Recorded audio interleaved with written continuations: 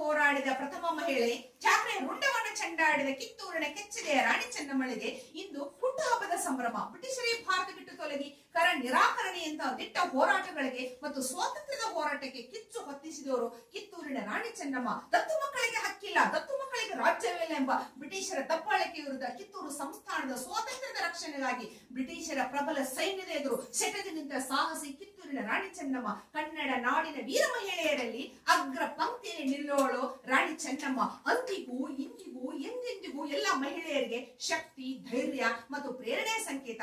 ಬ್ರಿಟಿಷರ ಎದುರು ಕಿತ್ತೂರು ಚೆನ್ನಮ್ಮ ಜಯಿಸಿದ ಪ್ರಥಮ ಗೆಲುವನ್ನು ಕಿತ್ತೂರು ಉತ್ಸವ ಎಂದು ಪ್ರತಿ ವರ್ಷ ನಮ್ಮ ರಾಜ್ಯದಲ್ಲಿ ಕಿತ್ತೂರಿನಲ್ಲಿ ಅತ್ಯಂತ ವಿಜೃಂಭಣೆಯಿಂದ ಆಚರಿಸಲಾಗುತ್ತದೆ. ಈ ಒಂದು ಸಂದರ್ಭದಲ್ಲಿ ಕಿತ್ತೂರು ಚೆನ್ನಮ್ಮಳ ನಾಟಕವನ್ನು ನಮ್ಮ 4ನೇ ತರಗತಿಯ ವಿದ್ಯಾರ್ಥಿಗಳು ಅಭಿನಯಿಸುತ್ತಿದ್ದಾರೆ.